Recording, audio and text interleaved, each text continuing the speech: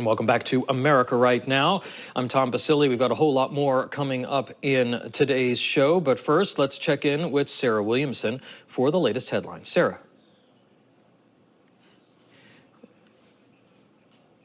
Oh, okay. All right. Well, we're going to, I've just been told that we're going to actually move on with our interview, and then we'll get to Sarah in a few minutes.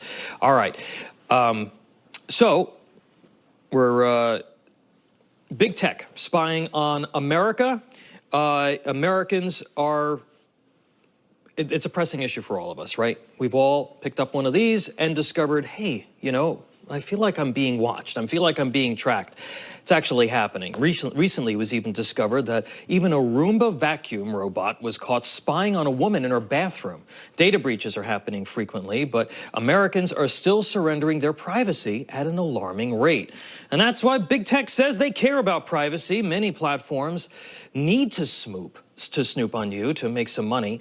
So how can we protect ourselves? To discuss, we welcome back the CEO of Haven Video, tech and supply chain expert, Johnny Walker. Johnny, thank you for being here. It seems like this is happening all the time now. And it's not even like, you know, you got some Russian hacker. Now it's like a high school kid who is performing these data breaches.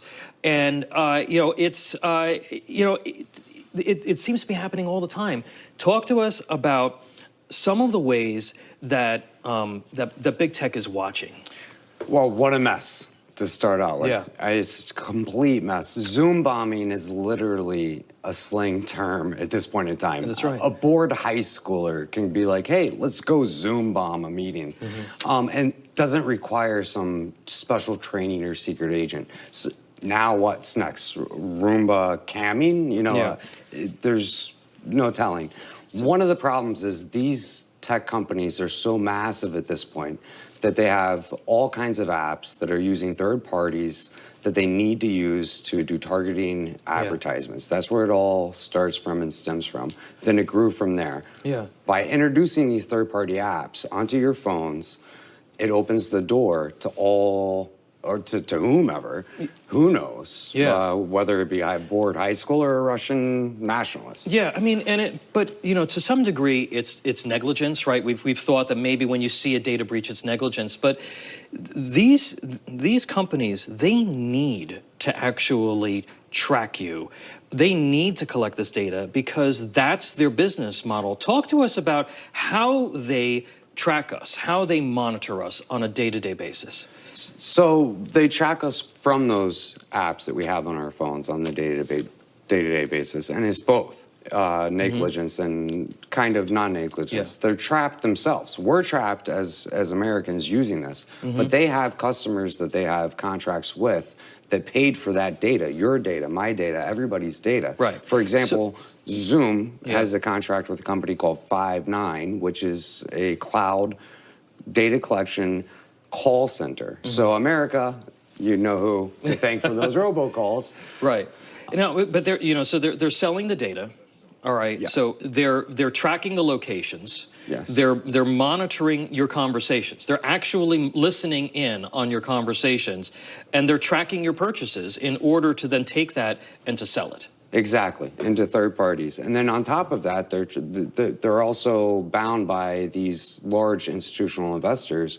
Rightfully so, they need to get ROIs. So they have contracts with both these already third-party data collection companies, and they also have to provide ROI for the investors like Vanguard and ARK and BlackRock and et cetera. That's right. The Morgan Stanleys of the world. All right, so when they're listening to my conversation on Zoom or through a phone, they're selling the data. A lot of Americans feel like they're trapped. They say, you know, I can't, what can I do about this? I need to use my phone, but how do I prevent them from listening? How do I prevent or protect myself from the, you know, from these issues? And you developed a product that helps deal with some of these concerns, but your company is more of an exception rather than the rule. So give us a sense of how you can help stop big tech snooping. So we need to take responsibility not only for ourselves, but for each other's as Americans. First, look for other companies like our company that does third-party free, end-to-end encrypted. Make sure it's end-to-end What does that mean? Just end-to-end encryption, what does that mean? End-to-end encryption means that when we speak to each other or we communicate with each other, it's encrypted, meaning the file cannot be seen at the time. Okay. And on the other side, it can't be seen, but it can be identified by us. Okay, what else?